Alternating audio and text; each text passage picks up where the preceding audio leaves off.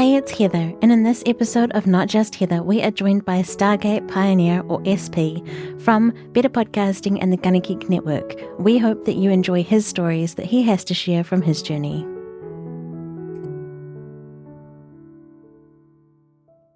Welcome, SP, Stargate pioneer, the illustrious, one of my most amazing connections in podcasting, and it came about from Bandrew from Podcastage because he recommended Better Podcasting as a resource. But my goodness, I am so grateful for the last 4 years since 2017 when I found you. It has been, wow, it's been that long, huh? So it has been a long time, and I'm grateful for the connection to Bandrew because he was able to do a lot of the technical stuff with microphones and microphone reviews and allowed us on Better Podcasting to focus more on podcasts. Now, we're both gearheads on Better Podcasting, Stephen and I. We both like to test out gears, but being in that cycle of always trying to test every single microphone just wasn't going to fit into our schedule, our what we do with the show, because we need to focus on other things with podcasting. I mean, there is a certain level of gear talk that has to happen, but beyond that, it was great. So it was great to make that connection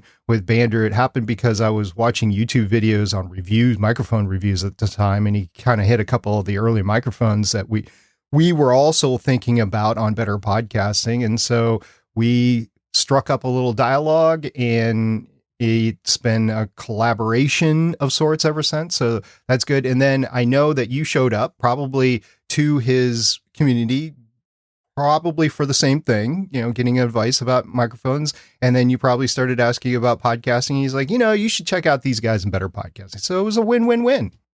Absolutely. And what a recommendation, because a huge impact on my journey in podcasting. Absolutely huge. And I have another connection story to share with you because one of my other guests is Josh Liston, who has also been profoundly impacted by his experience with Better Podcasting and the Gunna Geek Network. Yeah, Josh is a good friend. I actually just recorded an episode with him on his new show, and it was a fun talk.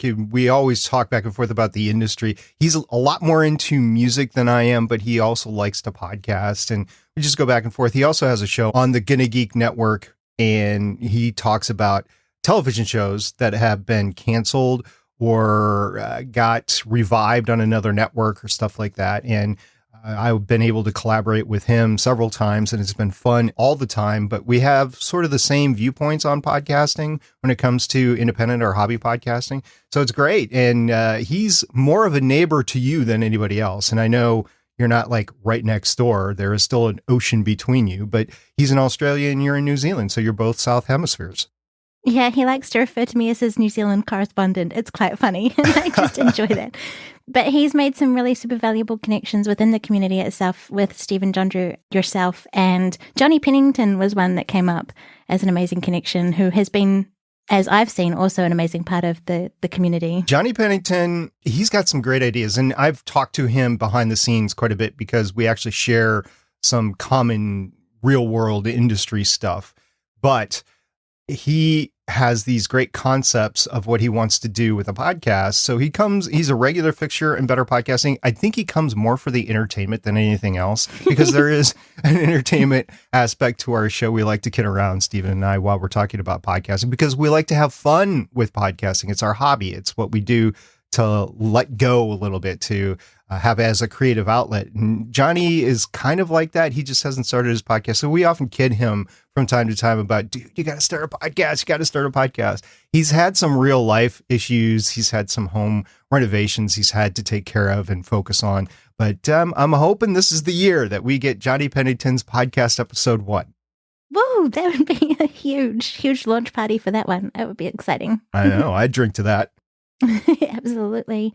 So you mentioned briefly there about hobby podcasting and your passion for it, and that radiates in all that you do. There's advice out there to do as SP says, not as SP does, because you have had lots of creative passion projects that you've been doing. Yeah, it's kind of a joke, a running joke. On Better Podcasting episode 50, I laid down my golden rules of a hobby podcasting, and I believe rule number 1 is if you're going to hobby podcast, don't do any more than 2 shows. You just need to do 2 shows, because there is a lot, and you are very familiar with this. There is a lot that goes into producing a show. You have to promote the show. You have to do all the back end stuff. If you're running a website, you have to do that. So it's a very complicated thing to run a podcast. And once you get one going, you're like, hey, every week, I have a little extra time. I could throw it in here and I could start another podcast. And here's a subject that I want to talk about. And you start another podcast and your friends come on and say, hey, join us on this podcast. And you're like, hey, yeah, that'd be great. And all of a sudden you got 7 podcasts going every week and you're going, I have no time. I can't sleep.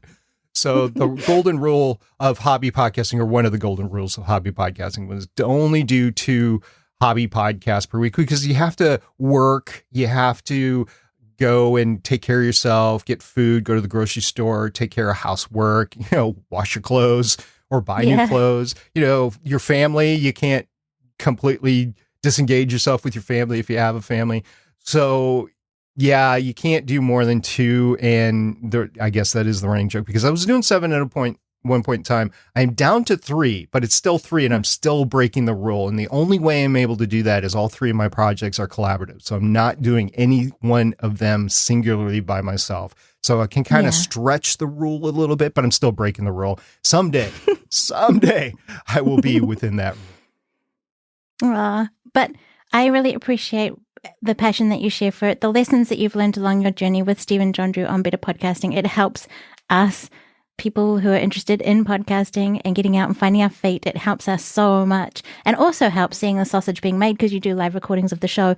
And that was one of the epic things that I enjoyed coming to when I first found you, was the live chat. And I made heaps of other connections from there, like Emily Prokop, who was incredible, and just a supportive environment, but the lessons that I learned along the way. And most of the time, it seemed like you were pointing things directly at me, not knowing that that's exactly what I needed to hear. We hear that oftentimes. Matter of fact, we just did an episode on it's okay to let your show go and start a new one. Like, you're bogged down with whatever. It's just not the show that you want to keep on doing. You're not really passionate about doing that show anymore, but you're still passionate about podcasting. So it's okay to let that show go and start a new show. And we did that. And we got a tweet when we released the episode, like within 15 minutes, saying, oh, this is such the episode that I need to hear, because I need to do this. And we're like, hey, you never know who you're speaking to. And then, I learned that little birdie told me that a good friend of mine was actually moving on from her past projects into some new podcast projects, and the episode might apply to her too. So that was really neat that it was starting to apply to a lot of people. And I can't remember how I came up with the idea. Maybe it was just because a lot of people were starting shows and then they had co-hosts that weren't interested in continuing, so they still wanted to podcast and they couldn't. But it applies to everybody, and shows like that are great. And the other thing that you mentioned were the live shows that we do. We've actually changed because so many people like our live shows. Every other week we do a main Better Podcasting show, but in the off weeks, we have a Better Podcasting live show where we actually talk back and forth to the audience, and they can bring questions and they can interact with the show. We can't have them on the show live just the way that we produce the show yet. It might be coming in the future. But we do take questions live and we talk back and forth to people virtually. And that seems to be a big hit too. I can imagine, because you guys did a great job prior to that becoming a thing with doing the live recording, interacting with the chat beforehand and afterwards, and maybe pulling something as you go. I mean, the hosting of a live show, as well as trying to get through the content that you're actually trying to get through, is huge. And I think it's really neat that you've gone and got a separate place for a specific live show, because that engagement with the people who are listening and getting value from it is probably mutually beneficial. It is. It allows us to bring some energy into the show and talk to the subjects that are important to the people, or at least the live people that come into the show. Maybe not our complete audience, because only a portion of the audience comes in live. It's not like we have our complete audience in the live show every time. And that's the beauty about podcasting, because you can record a podcast, and even if it's live, you can still put it out so that your whole audience can listen to it days or weeks later. Yeah, that is good. And also with podcasts, you can listen to them whenever, wherever you are. I did love the visual element of well, I do love, not did, do love the visual element of your show as well, just because it helps to see and connect with you. And amazing that you can manage all that. But that helped me when I was thinking about the projects that I wanted to do and how I wanted to make a certain event where I brought people together. Had I not been a part of your live recordings, that whole process would have been a lot harder and more daunting for me. Yeah, the way we do it is not the only way that you can do it, but it does depict the fact that you can do that. And a lot of people do it in several different ways, and it is possible to do. It's great because this is 2021 and we started Better Podcasting in 2015. We brought the video element to it. And to be honest with you, it took us 10 months to get to the point between concept of the show, because we did it in the holidays season of the year before of 2014, to when we recorded our first episode, which was not live, but then we went live shortly thereafter. And it took us that long to create the video aspect of the show.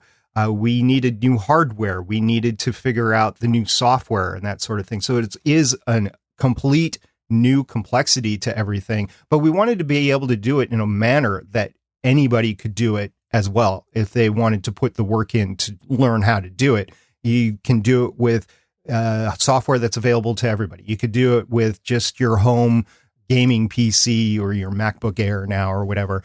So it is accessible to anybody. And just the fact that we do it is a great example. Now, not everybody that podcasts or listens to Better Podcasting wants to do it visually. It is, as you know, complete, it's exponential complexity that arrives from adding video to a show, but you can still do it. So it's a good example, I guess. And we get some great feedback from it, but there's a portion of our audience that doesn't care about the video part anyway.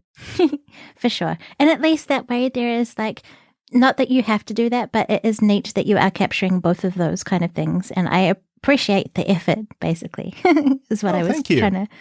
Thank you. With these amazing connections, we briefly touched on that Josh was part of Gunna Geek Network, but what is the Gunna Geek Network to you? Well, the GunnaGeek.com community is just a bunch of like-minded people that get together and can talk about the same sorts of things. So what we talk about on Gunna Geek is, in the name says it all, it's geeky related. So tech stuff, computer stuff. I talk about space stuff there because it's a way to get my geek outlet on the incredible space advancements that are going on right now. There's a lot of TV and entertainment, movies and comic book talk that's happening as well. We do have some industry professionals that are there, and gaming. We have a couple of gaming shows that are part of the community, and one is a playthrough and they give advice to other people that are playing games. And another one is just a playthrough podcast. Now, fortunately, both have been affected by the pandemic because you can't get together, and they didn't completely transition to virtually. But it is an important part of the geek culture, and we're very happy to have them on the network and to be able to communicate with everybody and interface with everybody. Now, not everybody in the community is interested in everything of the community. It's great that you can just pick pieces and parts and go with it. So we're fine with that. But it is it's home. It's a place that I can go and I can talk to my buddies, and this is how things are in my life, and these are the stuff that I'm interested in. And that's a great thing about podcasting, because when I started listening to podcasts in the late 2000s, I wanted to know more about sci-fi stuff. That was the whole reason that I got into podcasting. Is I got a hold of an iPod and I'm like, what is this podcasting stuff? And I was listening to the radio, and talk radio was kind of getting blah to me, and music's okay, but I was really annoyed by all the commercials. Satellite radio had some comedy channels on it, but aside from that, it was almost the same as regular radio. So when I got into podcasting, there was actually subjects that I cared about. It wasn't just the sports and news talk and music stuff. There was actually talk about sci-fi shows, Battlestar Galactica at the time. There was talk about, you name it, you could start to find it. And if you didn't find it, you could start a podcast about it, and you could create a community about it. It was a great time to start podcasting. It's still a great time to start podcasting, but it was a special time back in the early 20-teens to start podcasting, because it was, still chugging along, becoming part of mainstream culture. And I think that really happened in the mid 20-teens. About the time we started Better Podcasting, things just ramped up, and we're at the point now where it is part of common culture, and there are 2 million podcasts out there. There have been 2 million podcasts that have been made and that are available in Apple Podcasts. Not all of them are active now, but it's incredible to know that just in that short time, that short, less than 15 years time, that we've gone from 1 to 2 million. Yeah, absolutely. That's huge. But I love that there is still space for people to start a podcast. Like you said, now's a good time to make one if you're thinking about it. And what I love about it is that it's like the power of voice, sharing your story, sharing it the way that you want to. So what is podcasting for you, SP? I like being able just to talk on a microphone. I actually have tried voice acting here recently, and it's great, but I discovered that I need a lot of acting training, which I kind of knew already, but it was interesting to actually be in an audio drama with other trained actors and voice actors, and to me, just trying to mimic what they were doing and just get by because I didn't want to ruin the production. So there is the use of the microphone. It's like playing a musical instrument to some, playing in a band. To others, it's like playing sports or running, which I also do, but or it's like boating or going for Sunday drives or working on your house or that sort of thing. It's that creative outlet. It's my hobby, and I really enjoy doing that. I like to connect to other people that I can talk to stuff that I want to talk to about. Like a lot of the stuff that I talk about on the podcast, I can kind of sort of talk about it at work, but it's not the main thing of everybody. And everybody at work has their own thing, and nobody, believe it or not, rocket scientists are not all about geeky things. So it is kind of like, okay, yeah. And if it's something mainstream culture, I'll give an example. So Game of Thrones, right? Mm-hmm. That used to be a big lunchtime conversation with everybody after the latest episode came out. But then, some people stopped watching the show. I was one of the first, I think. And everybody was amazed. They're like, you're leaving the show? That this is your stuff. I'm like, yeah, well, I'm not getting into it. There's no character in there that I know is going to be there at the end that I can root for. There's no story that I can root for there because the author of the stories has said he's just going to kill everybody off. So it's just not the story for me. And they're like, oh, wow. So they continued to talk about it. And I was like, okay. But on a podcast, I can tell my friends that, and they're like, all right, we're not going to talk about that anymore. What else are you watching right now? And we talk about that instead. Whereas making that jump with the work buddies, that's just not going to happen. So yeah, it's a community of people. It's great that I can reach out and talk to anybody throughout the world and know that I'm talking to somebody that gets what I'm interested in. So that is a great part of podcasting as well. And the simple thing with better podcasting is I like to help other people, and better podcasting inherently helps other people improve their show or keep their show going, or gives them an idea of what to do differently so their audiences thank them afterwards. So better podcasting is actually very extensive in the scope of what we can do to help people, both podcasters and listeners. Yeah, it absolutely is.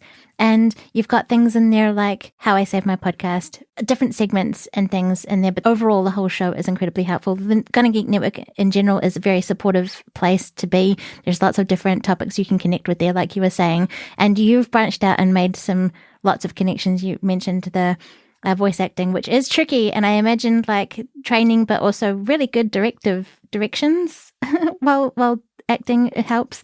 But you've also you like being a guest on with other people, and you've had some great guest segments. Yeah, it has been a really good year for guesting for me. And I don't like market myself aside from saying I'm available to guests. I don't go out and I'm not on any list. I can guest on your show sort of thing, or I can be a resource for your news story or anything like that. I guess I probably should, but I just like hanging out with other people. And some people know me through my shows, and some people I know through listening to their show and just commenting on, and they say, hey, why don't you come on our show? And so I've been on, I was trying to count it. It's almost 10 shows so far this year. So it's just been a really fun year for that. And I've been on some shows that I just didn't ever think that I would be talking about that subject. Like Oof, Right in the Childhood. That was a great show to be on because we talked about The Rescuers, which is a Disney anime movie or cartoon movie from 1977. And that was something I was interested in at the time because I watched it in theater. Wow. And I have the VHS copy and everything. Yeah, if you listen to the episode on Untitled Childhood, you'll hear the story. It was because my parents had moved to a new neighborhood, and it was the very first, like, quote unquote, play date that I had with other kids that were in that new neighborhood. We went out and we watched The Rescuers. So that movie actually meant something to me. The person, Jen, who runs Untitled Childhood, had no idea why I was on the show or why I wanted to talk about The Rescuers or whatever, other than we had made a connection in a Discord server about podcasting, and she was asking for guests, and I say, I will sign up for The Rescuers. So it was like, cool. So we had a great talk, and she was kind of amazed at my experiences, my depth of knowledge about it and that sort of thing. So it's just it's fun to talk about that sort of stuff. And yeah, 2021 has been pretty cool. I've always been, if you go to my Podchaser, you'll see a lot of the guest appearances I've had over the years, but this year it's stacking up pretty quick. That is exciting. The more we can hear of SP, the better. And I love and appreciate that you've been a part of things that I've done as well, like the Sunshine Summits. And it was amazing to join you on Better Podcasting. And also the Gonna Geek Christmas special, which is still one of my biggest highlights, I think. That was just a very fun project to be a part of. And you're all very creative.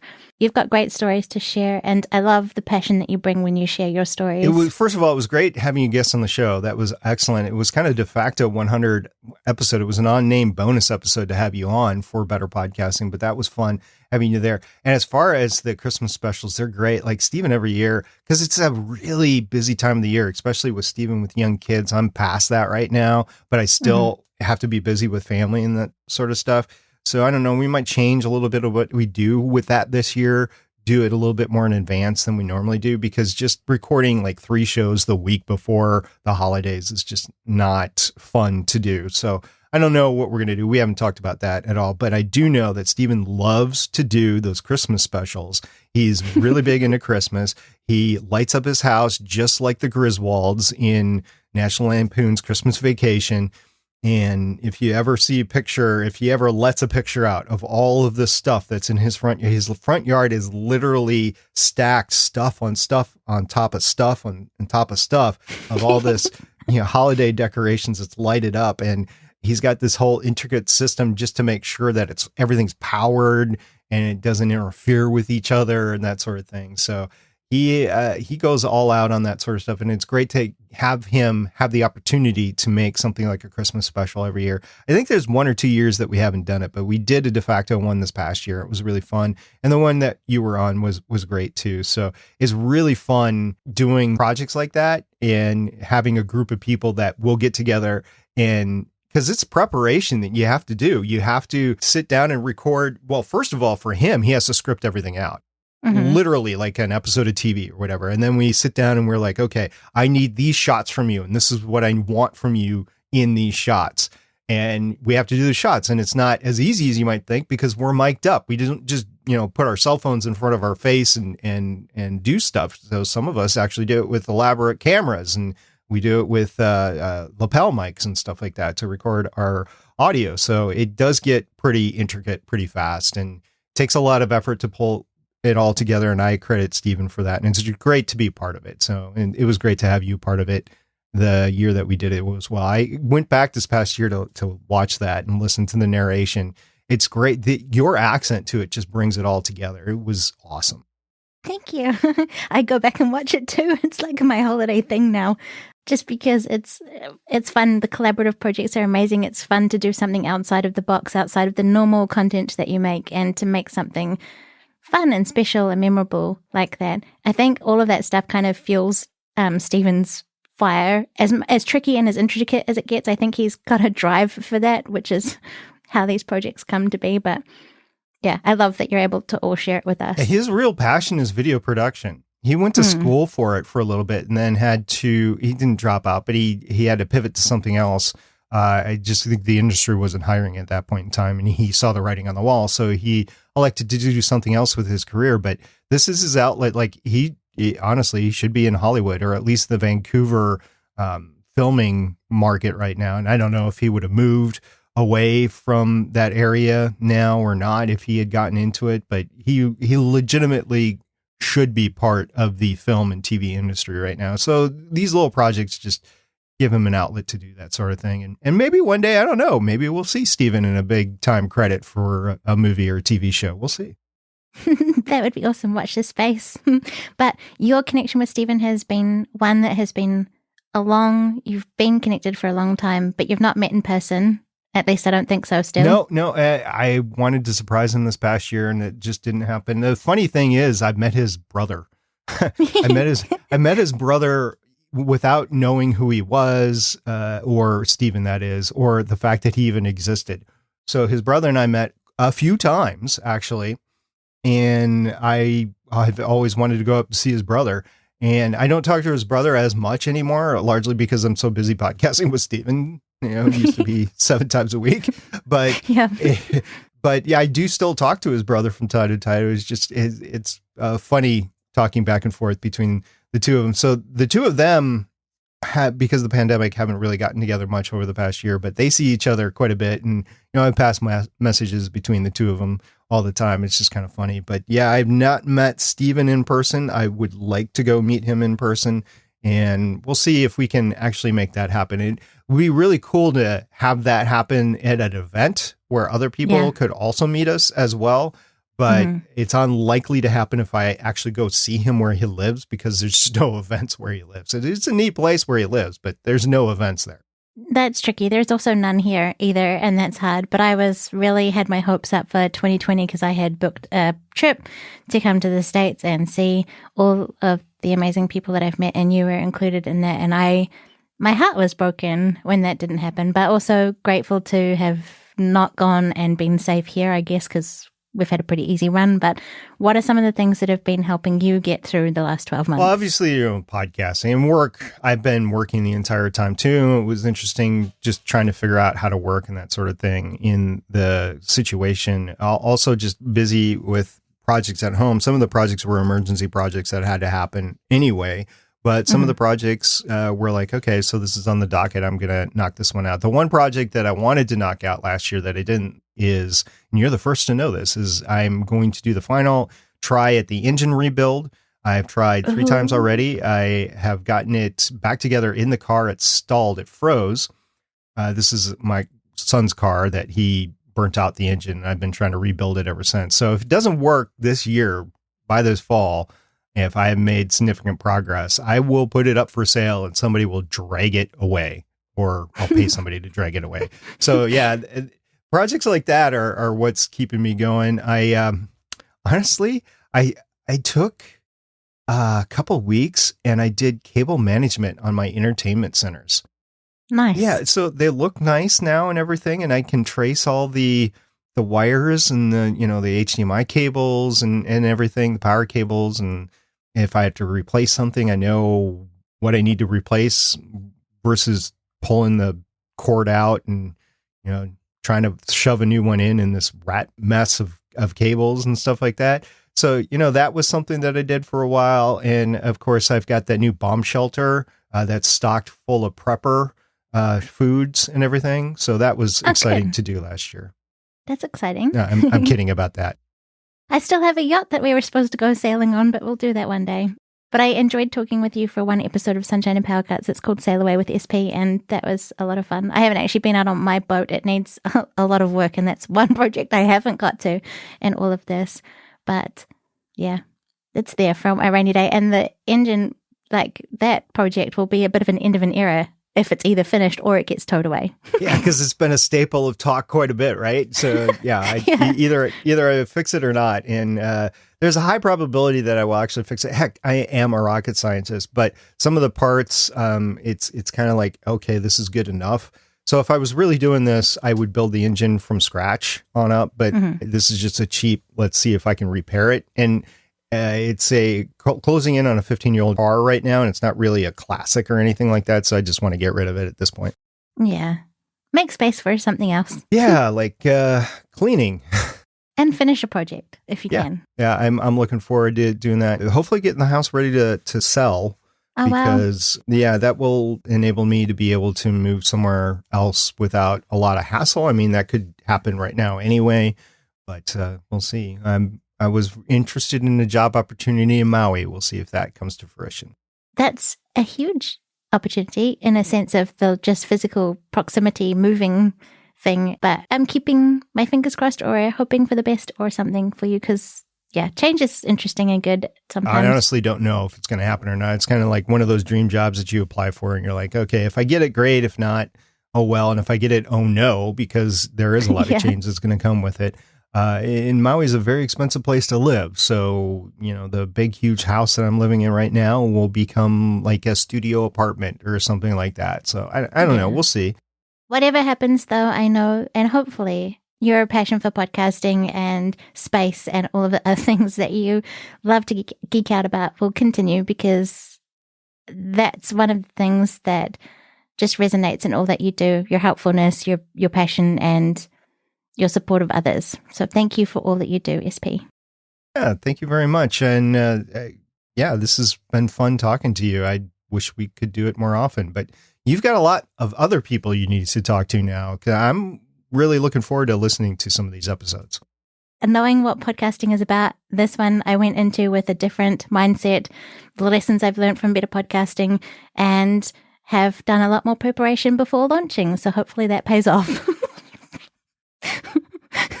For whatever you need with your podcasting journey, please check out Better Podcasting. You can find them where? SP? Better Podcasting can be found at betterpodcasting.com. The rest of the community and the network can be found at gonnageek.com. That's GONNAGEEK.com.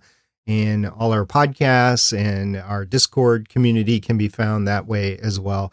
As a matter of fact, that's probably the best place to find me. I'm on Twitter as well, but the Discord server is probably the best place to find me. I'm more often on Discord, and Discord is a lot more communicative because you can go back and forth versus on Twitter, you're like posting, sending it, and you're waiting for somebody to respond and that sort of thing. So, and it's out in the public, so just about anybody can read it, and that's not a bad thing. It's just in a Discord server, that the people that are reading it want to be there and they want to read it. So it's just a little different. Anyway, yes, gonnageek.com is where to find all the stuff. Yeah, I love Discord for the sense of community that it gives. And still anyone can join that, I guess. But I love that you welcome people when they arrive. And it is a nice space of people coming together for all of the different things that they're passionate about, and definitely worth checking it out. Thank you again, SP. And I look forward to talking to you again sometime, hopefully in the not too distant future. Look forward to that. Cool. Thank you, SP, for sharing your time with us to have this conversation. And thank you, listener, for listening and sharing your feedback. We would love to hear from you.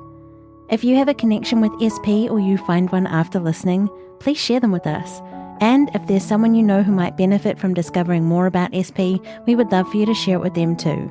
All of the details of this episode can be found at justheathers.com/guests. Until next time.